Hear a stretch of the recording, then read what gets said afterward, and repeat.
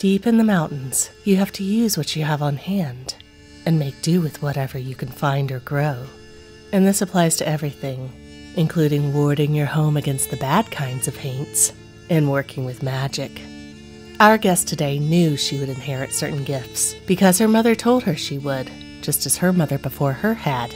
She learned to work with the energy of the land, to help others with their ghost issues, and to become her community's village witch. Let's hear her stories today on Homespun Haints.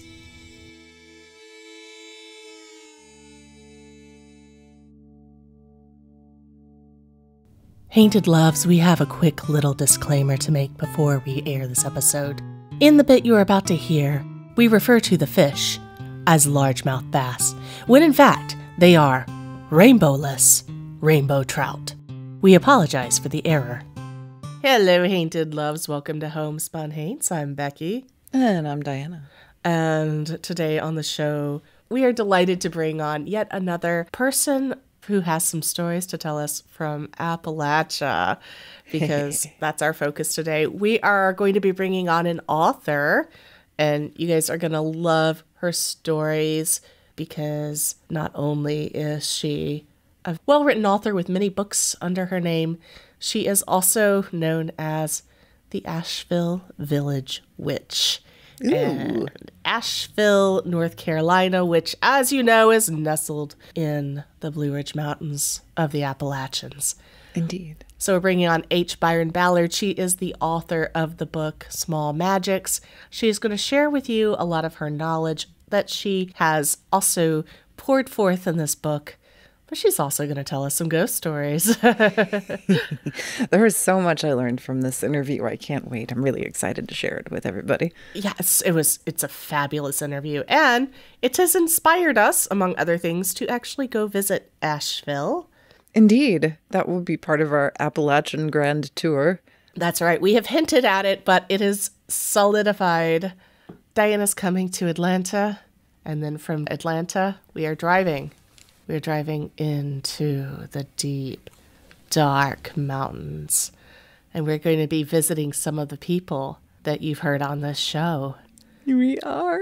And we're going to be hanging out in some haunted locations that we've talked about on this show. But I'm not going to say any more than that until our itinerary is solidified. I am so excited. One of the places that we're going to be hitting up, I will tell you this because I don't have to arrange anything ahead of time, but one place I really want to take you to, Diana, just because it's so weird. Mm-hmm. It's weird and it's creepy in an elemental kind of way. Ooh, sounds like my bag. It's the Lost Sea. Wait, there's a sea in Appalachia? Up until recently, it was believed to be the largest underground sea in the world. When I was in the Ozark Mountains in Branson, we visited an underground lake, sea, hell mouth. Not certain exactly. Okay. The Devil's Pool. Oh, that's right. Yeah, mm-hmm. Yeah. Okay. We talked about that. Yeah, we did. Well, this is, I bet you anything, creepier. Well, it's in Appalachia, so obviously. It is technically a lake, even though it's called the Lost Sea. It is now the world's second largest non-subglacial. So it's not under a glacier, underground lake. It's been a long time since the Appalachians were under a glacier. I've been here, and it's truly a terrifying experience for so many reasons. It is part of this network of caverns known as the Craighead Caverns, which are named after Chief Craighead, who owned them at the time that they were put on a cartographer's map or something. It's a really cool set of caves. As you know, there's a lot of caves under Appalachia. Well, in 1904, there was a little boy named Ben. And Ben liked to play in the caves because back then and now we let our kids run around in caves unsupervised in Appalachia because that's safe. As you should. I mean, there's tons of caves there. That just feels normal. He found a little opening and he squirmed his way in and he held up his little lantern because, you know, it's before flashlights. It's 1904, folks. So he has this little fire in his little lantern. He's holding it up and he can't see any walls in this cave. It's so dark and it's so big.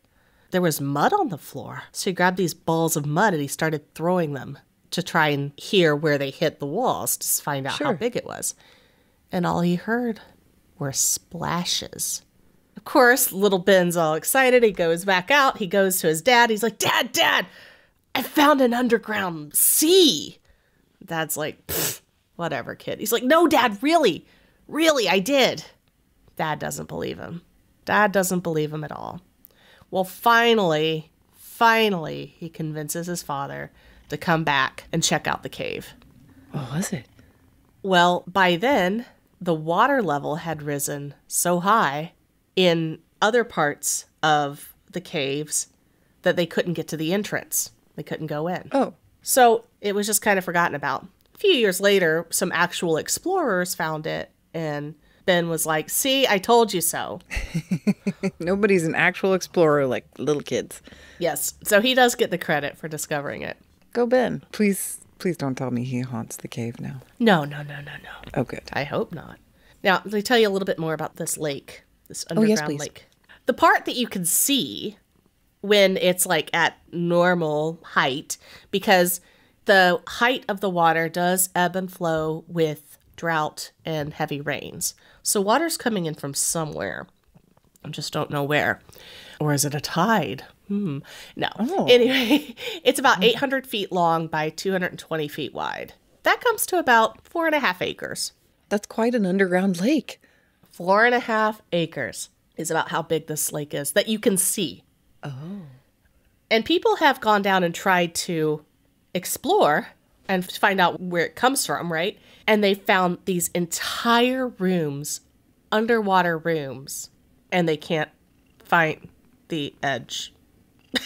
Like they don't know how far they go. Oh, so we know that we can see the part that's 800 by 200, but we can't actually see all the way to the edge. Yeah, nobody knows where it ends, where it comes from. And when you go to visit this cave, you wander through the cave for a while and you come to the edge of the lake. They've opened it up now. You don't have to crawl through that little cranny anymore. They've actually opened it up so tourists can come. They have docks out there and boats and everything. And you can get on the boat and they'll take you out on the lake. Now here's where it really gets creepy. Uh-oh. It is pitch black. All you hear is the sound of the oars into the water and the echoes of those oars on the cavern ceilings. But you really can't see anything else. The water is green from the light of the flashlights, and then it just disappears. Then they tell you, if something falls overboard, it stays overboard. And you're just in this tiny little canoe out in this endless sea in a cave. And then the guide says to you, oh, it's feeding time. And he pulls some fish food from a little pouch and he pours it into the lake. And a whole school of wide-mouthed bass come to eat the food. And they disappear again. And he goes around and he feeds some more. And the fish come up and go away. You see, in the 70s, when they were trying to figure out where the lake came from, they put some bass in the lake and tagged them so that they could follow where they went. Oh, okay. That's clever, because if bass end up in some other body of water, they'll know where the water comes from. Sure, okay. The problem is the bass never left. Why would they? They keep going back and feeding them. They have to, because there's nothing else for the bass to eat. There's absolutely nothing in this water but the fish that they put in it and their progeny. Oh. Isn't that weird? No natural ecosystem. All that exists in this lake are the fish that they put there. And now they have to feed them because somebody's got to feed the fish. There's no plankton. There's no little fish. There's nothing else. Yeah, I don't even know what the bacterial content is, honestly. Right. Was the water sterile or was it so toxic? It was pretty sterile. Before you put bass in it. Yeah, I wouldn't drink it now, but Yeah. I mean, you shouldn't ever drink water anyway, because even if it's quote unquote sterile, it might have like lead in it. Or, True. True. Just because there's no bacteria doesn't mean there's not shit in it that can kill you. I think this is one of the creepiest places on earth, and I can't wait to take you there, Diana. We get to go there? Of course we get to go there. Why do you think I'm talking about it? I'm so excited. What are we going to do? We need to bring some of this water with us home. No. You can No? do that. I'm not going to. It's too haunted. Yeah, I just think there's something otherworldly about that water. I don't want to have anything to do with it. I think it comes from a portal into another world. And the bass are like, nope. Not today, Satan. We'll stay right here in our pitch black lake with no source of food. Yeah. Obviously, much better option than going through the portal. But the bass prefer the devil they know. Anyway. That's terrifying. Yeah, I'm so excited. Now, if you get close to this, you'll see signs for it everywhere. It's kind of like Sea Rock City. It is not an unknown place in the area. So it's not one of those little hole in the walls where you might disappear and never be seen again. It more might. Just don't fall in the lake. What if I fall in the lake? Don't. You can swim, right? In normal water, yes, but in cursed water, I don't know. Okay, don't fall in the lake. Easy peasy. You're flying in. Just bring the seat cushion with you when you get off the plane. I'm going to need this for later. You said it was my flotation device in the announcement video. I paid for the seat, damn it. Don't I get to take it with me? If it's mine, I'm taking it. There you go. Just like their headphones and their blankets. Well, anyway, y'all stay tuned. We'll live stream as much as we can with it and definitely share posts. And we're going to be putting a lot of stuff on our Patreon as we go on this trip. And if you're going to be in Appalachia, of course, it's a very large place. But if you happen to be near Asheville, we're going to be traveling all over, visiting haunted locations and talking to haunted people. Be sure you follow us on our Patreon to find out more about it if you're not in Appalachia, so you can see what we do. That's at patreon.com/homespunhaints. And one other thing, if you join our Patreon, you wouldn't be listening to this commercial.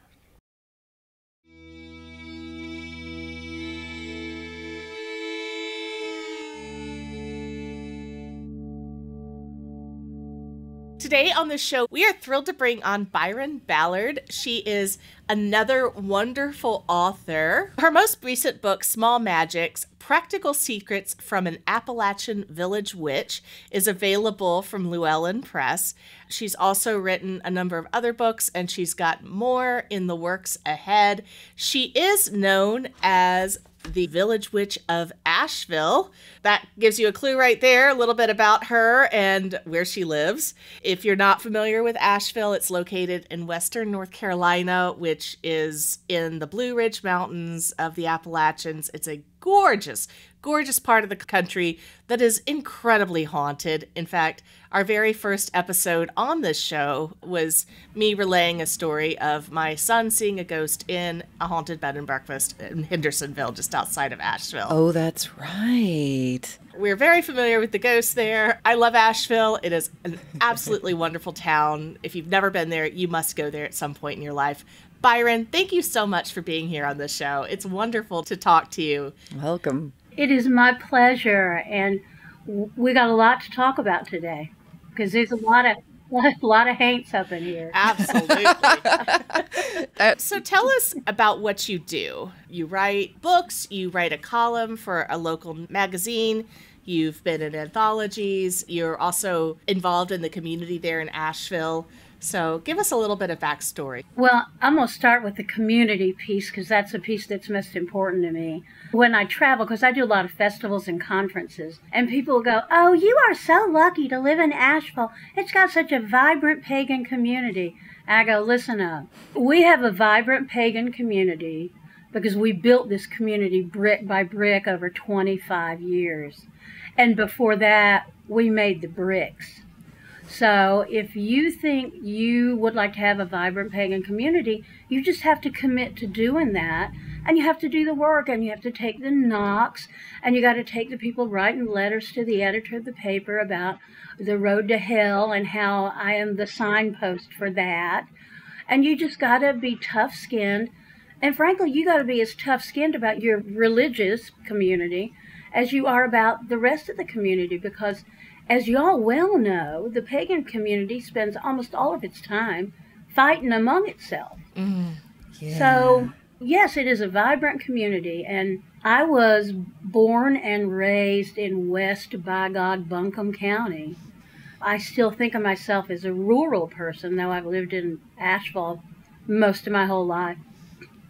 I practice a kind of Appalachian folk magic, and I'm always countering the idea that it's called Appalachian granny magic, because it's not. It's not called anything at all. For one thing, it's not called magic because it comes down through a completely Protestant filter. I mean, my Methodist family used the word witch, but they never used the word magic. And a whole lot of Baptists and Pentecostals are not comfortable even with the word witch. So I talk a lot about that. I talk about how Appalachian Granny Magic was a brand that publishers put out, and now it's a hot commodity.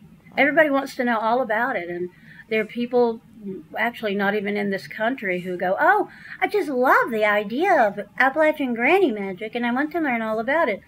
Which is fortunate for me because I'm a writer, and I want them to buy all my books. But it's not so fortunate in that this is a practice based in the land here. It's based in the soil. And if you have ancestors from here, you have a kind of connection. But if you're not on this land, the connection is not so strong, to be honest. So that's what I do. I farm, garden. I am one of the founders and the senior priestess at Mother Grove Goddess Temple.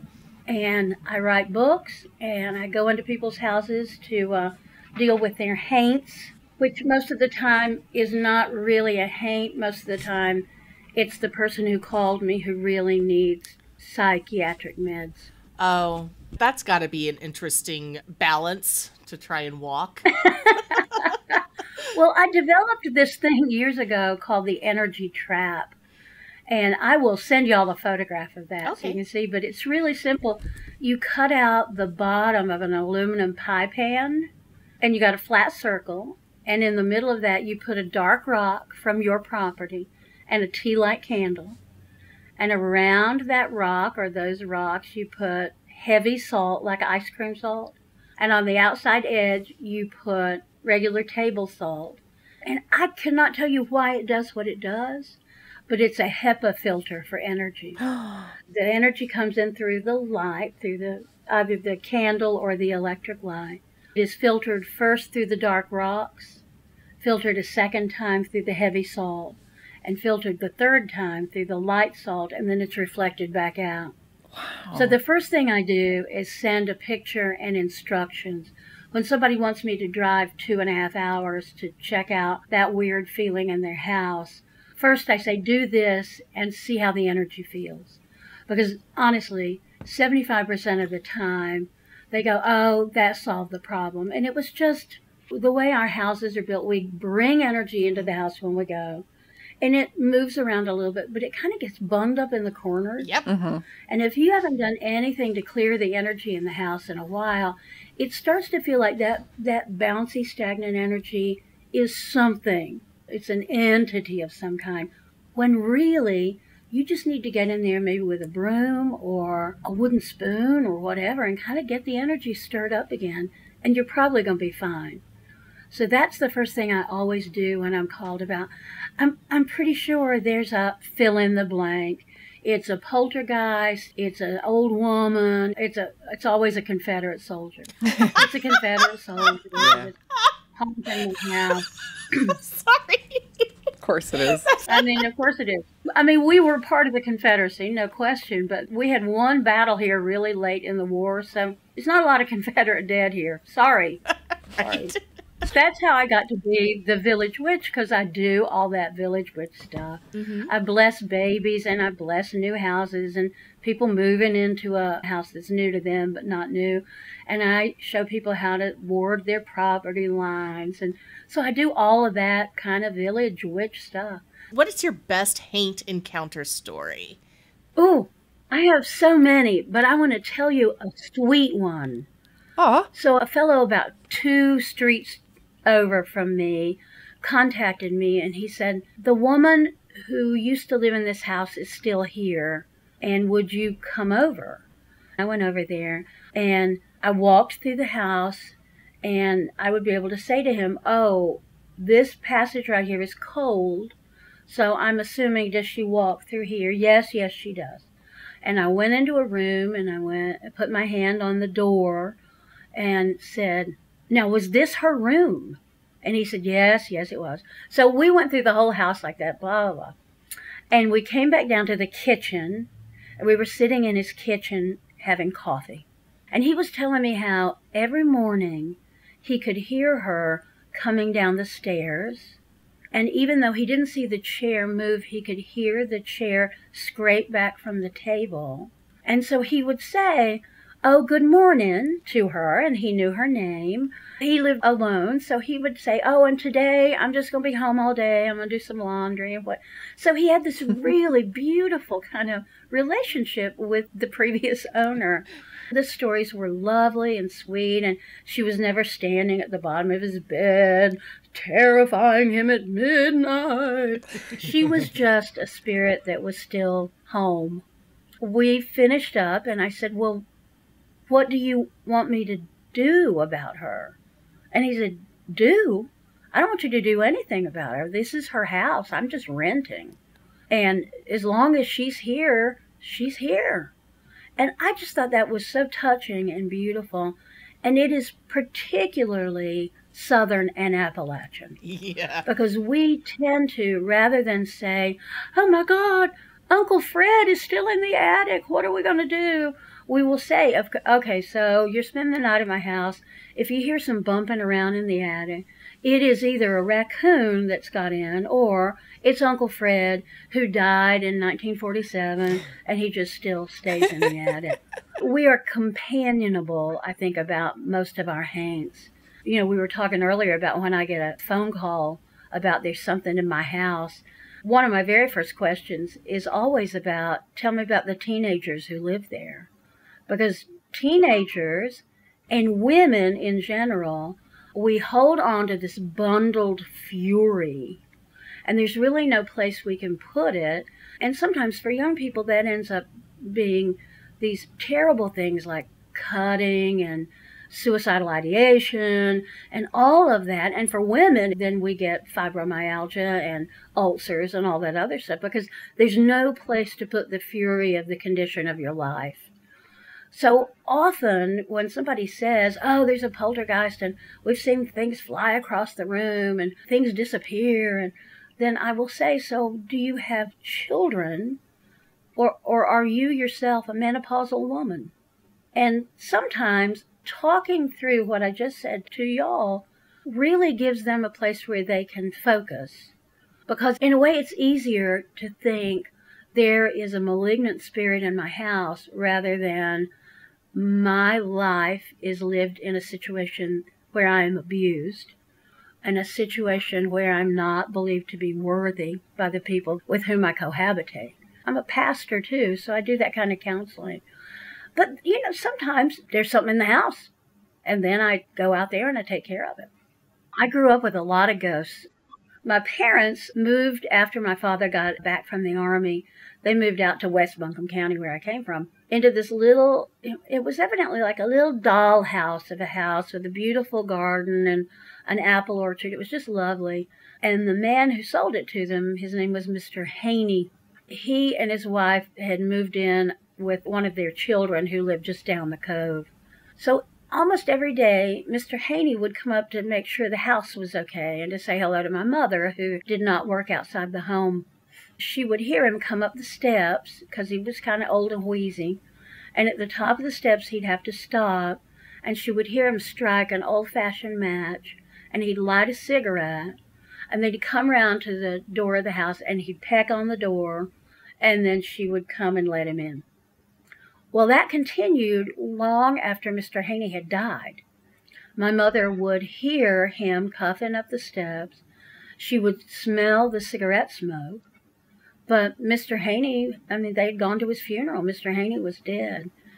We lived with that, with my mother talking about that. Now, I never experienced that. My gift is not the gift of being able to discern, talk to, communicate, and usually see spirits. I can only feel them. Occasionally I do see them, but mostly I sense them and work with them that way. But my daughter got the same thing that my mother had. She got that same gift of spirits all around her. And she would say things, she still says things to me when she's at home. She'll say things like, there's somebody walking behind you. And I'll go, tell me what they look like. And she'll describe them. And then I'll turn in the direction that they are. And I'll say, will you ask them if there's anything I can do for them? And she almost always responds with, no, they're just wandering, just lonely, just want to hang out with the family. And that's something that's been with her whole life. And it doesn't scare her. No, because the way our family is, we, the women anyway, are told from an early age, when you become a woman, when you start menstruating, you will receive one of these gifts. And that's one of them. The gift that I got initially was prophetic dreaming, precognitive dreaming. Hands-on healing is one of them. All kinds of wart removal, all that kind of second sight. My grandmother also had that. So that we are ready. So once you learn how to use a pad and a tampon, and you're ready for the big event, the other thing you are also getting ready for is whatever that thing is. So I told her that from the time she was about 9 or 10 years old on, that would happen. And it did happen for her. It makes such a difference being raised with that expectation and acceptance and being enveloped in a loving, protective family with that knowledge that you're going to experience this. Yeah. Yeah. And the understanding that it's special, but it's not frightening. Right. Why do you think it happens at menarche? I don't know. I think that girls at that point are the most discerning that we will ever be again. We are the sharpest, and I think it's biologically driven. At the point where you can produce young, you have to know who's a danger to your young. Oh, yeah. And I think that's why we have the whole mean girl thing in middle school, because we don't tell 10-year-olds, okay, when you start bleeding, when your menstrual cycle starts, you are going to be like a laser. And if somebody feels like they're the least little bit of a threat to you, you're going to put up all kinds of walls. You're going to be mad. You're going to be sensing danger. And I think it's all biological. But we never talk about that. We just say, oh, those mean girls. You know how they are. But I think there's a reason for that. I think it's a powerful time, both the oncoming of menses and the cessation of menses. You had mentioned earlier, I write a croning column for Sage Woman magazine, because there are all these women who are 40 plus, and nobody has ever talked to them about what's going to happen when menstruation ceases. If you're lucky, you've read a book about physically what's going to happen, but we don't talk about it. But now we have this huge number of women. We also have the platforms that are social media to say, I don't know what the hell's going on with my body. And then you go, well, when was your last period? Can you sleep at night? Do you have rage incidents? Yeah. So both of those places are incredibly bouncy, I guess. So periods of hormonal change, puberty, pregnancy, menopause, basically. Is that why traditionally people associate having these gifts with being female? I do hear stories of male witches from Appalachia. I know that there have been stories, but it's not prevalent by any means. When I was coming up, the only kind of witchery men did was water witching. They did dowsing to find articles, or water was the usual thing. If you think about women having no real power, like political, cultural power, but the thing that had been passed down to them was the use of herbs and incantations and prayers and all of that. That was something that men didn't need to know, because they were going to be working 12 hours a day, either in a factory, a mill, or on the land. That was something that women generally kept. Now there are all kinds of men who are Appalachian witches. Who am I to contradict that? I mean, it goes back to the other thing. Do you practice witchcraft? Because if you do, then you can use that word. And if you don't, if it's just branding so that you can sell yet another candle, then maybe not. So, yes, some of it was done by men, but they often, I mean, almost nobody used the word witch. We talk about the cunning man tradition that came out of the British Isles, and especially in the Low Country, they call themselves doctors. And in fact, up here, people were called cove doctors and yarb women. That was much more common than the word witch. But it was almost always about women's stuff. It's like, who's going to walk you through the pregnancy? Who's going to help you get pregnant? Who is going to keep you from getting pregnant again when you already have 6 children? Who's going to clean up the body once the death has happened? Who's going to do the dirty work? And frankly, in most cultures, the dirty work is done by women. Yep. Thank you for walking through that and clarifying that.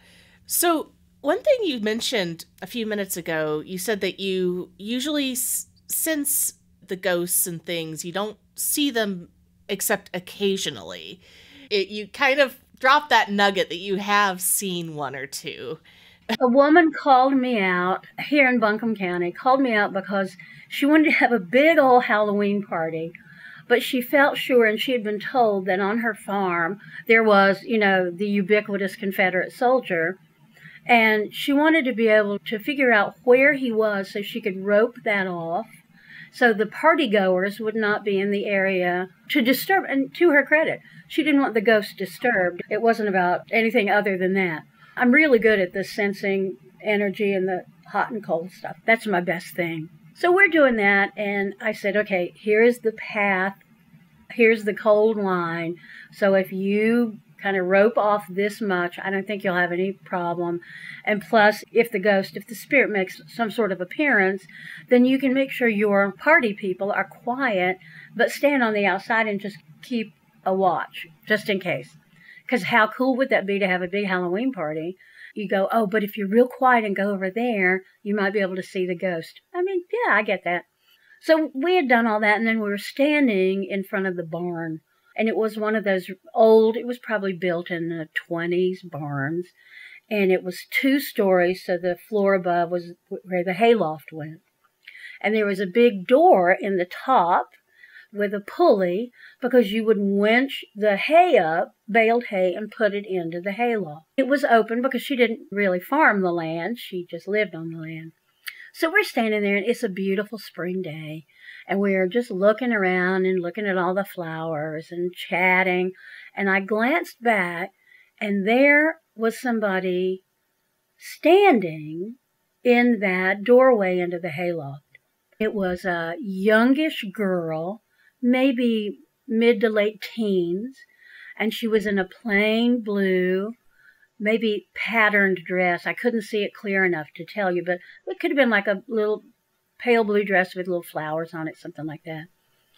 And she was standing, leaning against the back of the doorway, and she was looking out towards town. And from that point up on the hill, you could see where the road went. And she moved, so she wasn't just frozen. She moved, and she would stretch, and she would turn her head and look towards the house.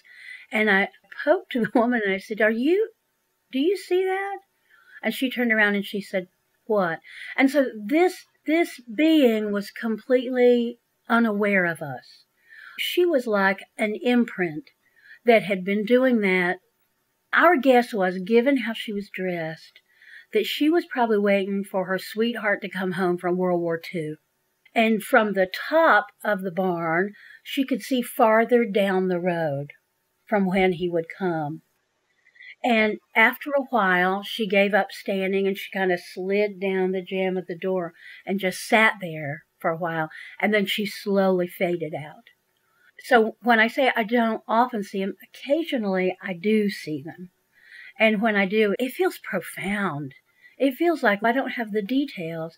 I just get to look in on somebody else's existence who is frankly not existing anymore. And it's fascinating, and it seemed very sad and sweet. We sort of had the story of he never came home. So she kept doing that again and again, and he just never came home. And then did she do something? Did she decide to go join him in the afterlife? I mean, we don't know. We don't know the story. What was the energy like when you were observing this? I mean, you said that you mostly feel energy. Yeah, it was sweet and a little sad. Sweet and a little sad. It was a good encounter. I still recall it. And that's been probably 25 years ago that happened. The ghost that I grew up with lived just down the hill from the cove where I was raised. And the story about her was horrific. In the back of my book, Roots, Branches, and Spirits, which is also from Llewellyn, and is all about really more traditional Appalachian craft, I have some ghost stories, and one of them is about this woman who, she and her husband fought all the time, and he ended up stabbing her, and at certain points at dusk, you could see her body, because she crawled out of the house onto the porch, and you could see the outline of her body on the porch, and they couldn't get rid of the blood stains, so they ended up covering the entire house with river rock. So that was one that I actually knew the story. We didn't know the people because it had happened before I was born. I have driven past there since then, at sundown, I guess, but I haven't seen her since. You know, the thing about ghosts, I think sometimes they fade away and they never come back. Sometimes whatever it was that was imprinted on the soul of the place, it just fades finally at last. The woman that you mentioned on the porch, that was in the house that you grew up in? Oh, no. That was near where I grew up. I walked past there a lot as a kid. There was a little store down the hill from there, and we would walk down there to get candy and to buy my mother's cigarettes back in the day when kids bought their mom's cigarettes for $0.25. But that was fascinating. And I grew up on stories of the man who was sleeping on the landing in the house where my grandmother was born, which I live in that same neighborhood now, but the house is gone. Both my mother and my grandmother and my great uncles would talk about at certain times when the moon was right and the street light was right, you could see his shape just sleeping on like a settee. You couldn't see the settee, you could just see him sleeping on there. And she rented out rooms sometimes. She was very poor and ran a little grocery store, and she would rent out the occasional room once her children had started moving out. I made up the story that he was a salesman from Opelika, Alabama, just because I love to say Opelika, Alabama, and that he always got a room from her when he was in town, and that he died. He laid down on the settee to just rest, and he died there. That's cool. But I love him. I'm a big Haint fan. See, this is another thing about growing up in this area that I found so fascinating when I left. I moved to Chicago when I was 17, and I realized that children in other parts of the country or other parts of the world don't necessarily grow up with these horrific stories and ghost stories and things like that. So when you try telling a group of 5 or 6-year-olds a story of a horrendous murder and then the ghost that you might see afterward, their parents get upset with you. Unlike the Midwest. But when I was a kid, that was just standard fare. When I was 10, we built our own house. My parents saved and saved and saved, and they wanted to build their dream house. So we bought a little piece of land on a mountain, and they built their own house. And before we moved in, my mother said to me, "What if the new place is haunted?" I'm 10 years old. She's like, "I'm going to scare her." And I said, "Well, Mom, it's a brand new house." Because this is my child brain logic. I'm like, it's a brand new house. There's not going to be any ghosts there. And she's like, "Oh, that's not true. There could be, talk about the ubiquitous Cherokee burial ground on the land. And we're going to be disturbing it when we break rock." And sure enough, that damn house was haunted. I don't know if she brought it with her or what, but that brand new construction house was haunted, and she loved that sort of thing. She loved telling me ghost stories, these stories of murder and moonshiners. It's not something that I've encountered outside of that area, and it's a shame. Children can handle it. Oh, yeah. In fact, I think it's probably healthier for kids than to get introduced to when you're like 17. Yeah, yeah. Oh, we're going to go over and we're going to see the scary graveyard. And it's like, whatever. We got a ghost in the house. Right. So for a couple of years, I did a ghost tour of Asheville. Nice. And I took 13 people, and they had to pay me $13. But we had an experience. You might remember the S&W cafeteria building downtown. And we were standing looking into that building, and I had my back to the building and was facing this little group and talking about how the ghost most frequently seen there was an African-American man in a white coat with a white tie, and he was carrying a big tray and coming carefully down the steps. I talked about segregation, and it was like a whole spiel of things that I did. And then there was somebody in the group who said, "Oh, you mean like this?" And he turned his camera around. And I went, yeah, just like that. Aw. The others had not seen it, but he had not only seen it, he had photographed it. And somebody else said, "Oh, I thought I saw a wisp of white, but I thought it was just my imagination." And he was like, "Right here, right here." That was pretty amazing. That's awesome. I think I would have felt embarrassed if I'd been looking right at it and hadn't seen it, but this guy had it on his phone. But yeah, I mean, they are just everywhere. In pagan communities, we talk about there's a veil between the world of matter and spirit, but I'm telling you here, there's not been a veil in 15 years, maybe more. It's like just the in and out and in and out. You said in the last 15 years, do you feel like something has changed or shifted? I think things shifted kind of at the turn of the century, Okay. which I realized when I was like 24 years ago. But yeah, something happened when we got to 2000. Something shifted. Interesting. And I think that's why there's more interest in this now. Because I think more people are, even if they're not seeing it or hearing, they're sensing the world around them is peopled in a way that they don't understand. Talking about giving instructions, that's really a lot about what this book, Small Magics, is. It's a series of instructions on how to do different things. And I love it. You talk about everything from stretching and connecting with your body and getting prepared for what you're going to do with grounding. And then you talk about warding, you talk about shielding. You even go into some more controversial things such as bane work and stuff of that nature. I love that you cover all the basics. You're very, very clear about all of this. It's not mired in esoterical terms. It's very easy for people to follow. You also said that this type of magic does draw a lot of its strength from the land itself. Are these ideas and these instructions that you have in the book transferable to other locations? Or do you think that there's something very specific about the mountains that makes these things work? Oh, not at all is this book tied into my particular land.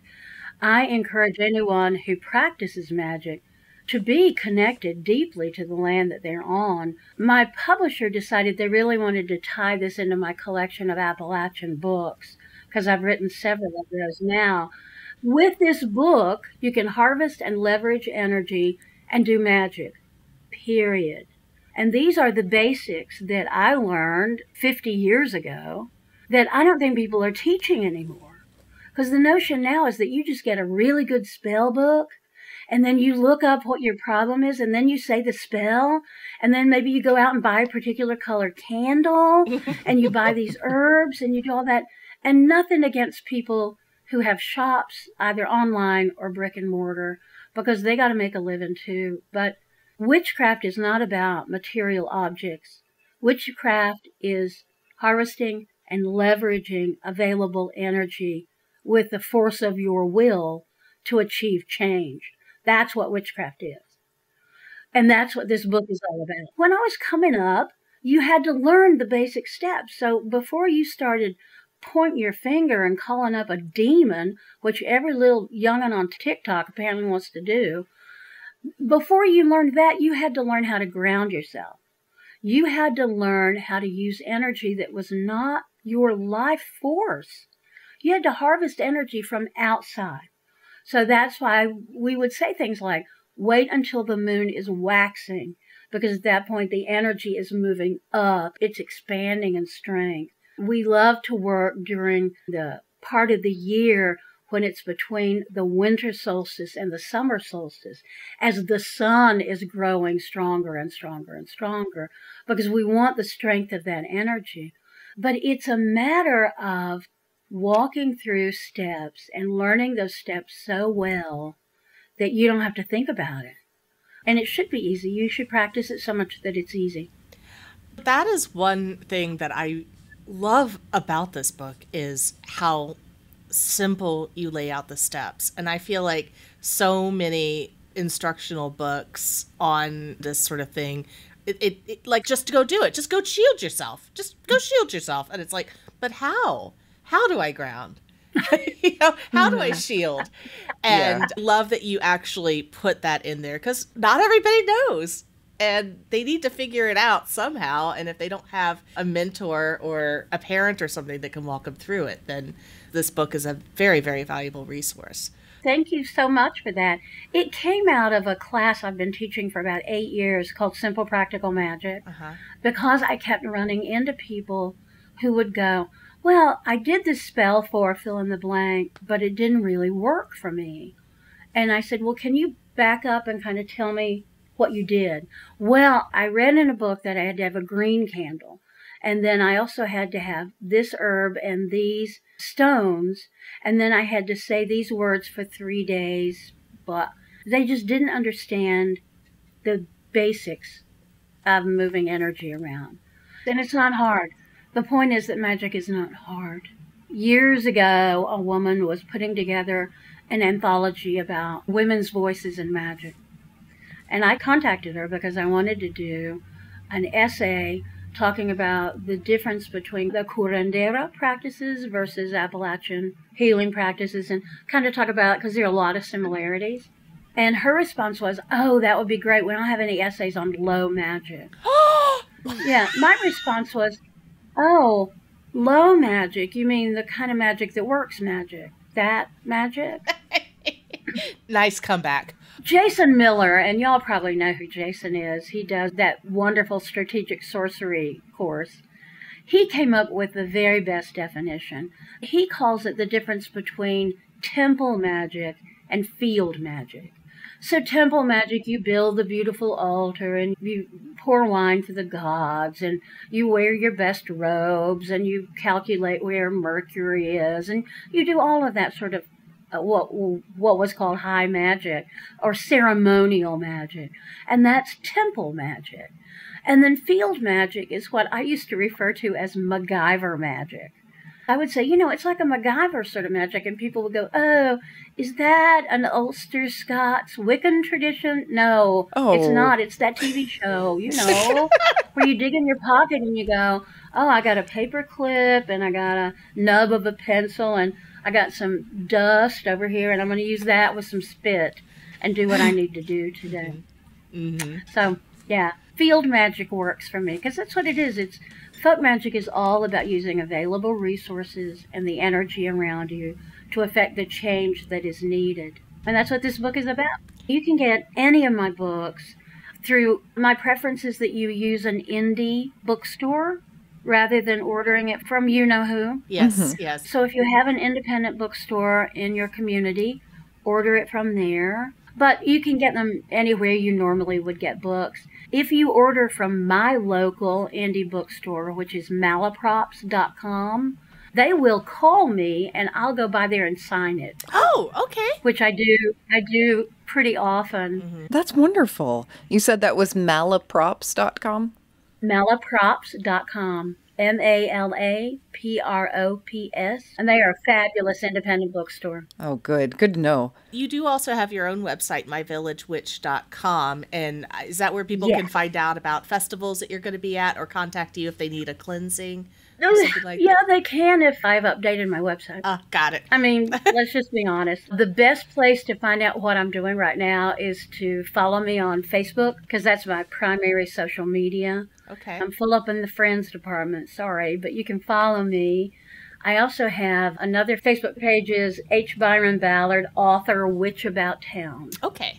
I like that. Witch About Town. And so you can follow me there. Okay. And I'm on Twitter and I'm on Insta, not frequently, but some. That's a lot of places people can get a hold of you. Yes. You had brought up the word Haints comfortably and immediately, and you're one of our very few guests that has used that word.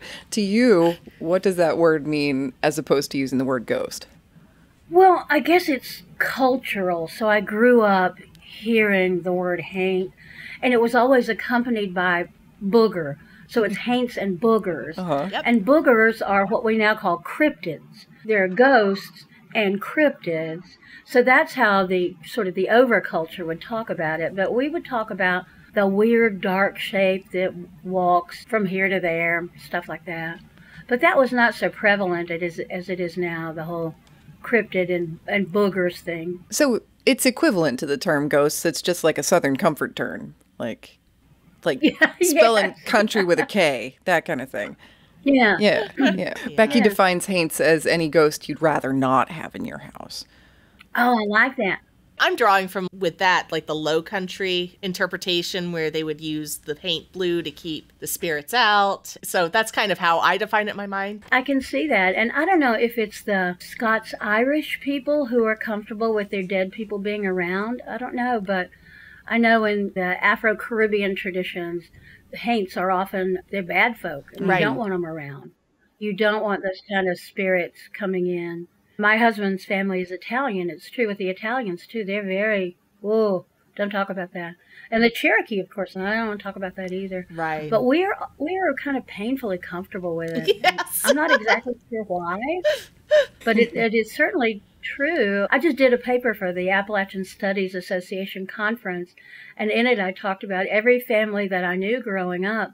They had a family member who died but never really left the property. That's where Aunt Jenny is, or Grandpa, or whatever. It's another question I had for you, because we have been told by some mediums that Not Appalachian. different regions, that in their experience, the presence of a spirit, whether it's a friendly spirit or a haint, will eventually wear the living to illness of some sort, and it's never good for a spirit to remain here consciously long term, even if they're having a great time interacting with the living. What's your opinion about those opinions? Well, I guess I'm going to return to our previous conversation of my book, Small Magic, that if you get your shields up, a wandering spirit is not going to be able to take any energy from you. I like that. Byron, this has been amazing talking to you. We've really, really enjoyed getting to know you. Is there anything that we didn't cover that you want to share with our audience? I guess what I would like to say is that we are all creatures in this place. I'm a big animist. So if spirit beings are appearing to you, try not to be afraid, but try to think about why they are there and kind of work backwards from there. Reverse engineer what's going on and see if you can figure it out. Because it may be a message you need to hear that you're not hearing any other way. Excellent advice. I do like that theory that the reason some people will see a ghost and others won't is because they need that message, not necessarily that the ghost needs to say something to them. Exactly. Well, Painted Love, those of you listening, we have been talking to Byron Ballard, author, tarot reader, I just learned. She's will also cleanse houses. You can find out all about her at myvillagewitch.com and also on her Facebook pages, which she listed earlier, and we will have in our show notes. And then you can also check out our books that are published through Llewellyn. And what was the name of the bookstore that you suggest people purchase from? Malaprops. Malaprops.com. Wonderful. And the book that you most recently put out is Small Magics, and it is anything but small. It is amazing, wonderful advice about getting the building blocks of magic. I really, really like how you've broken things down into very digestible, easy to follow steps. Anybody can work through this book and really gain a lot of insight into their own practice. So thank you so much, Byron, for being here. This has been great to talk to you. Well, thank you for those kind words, and thanks for the invitation. It's been nice to put faces to the names. Now that I'm learning so much about Appalachia and Appalachian magic and haints and boogers, it's pretty clear now why Becky chose the tagline for the first season as Everybody Has a Ghost Story, and why it took her 5 whole years to realize, well, maybe not everybody does have a ghost story. But everybody from Appalachia has a ghost story and has a spooky day. Homespun Haints is hosted by Becky Kielimnik and Diana Doty, and produced by Homespun Haints Media LLC. Editing and music by Becky Kielimnik. Show notes by Diana Doty. If you have a ghost story and you'd like to be considered as a guest for this podcast, please visit our website at homespunhaints.com/submit.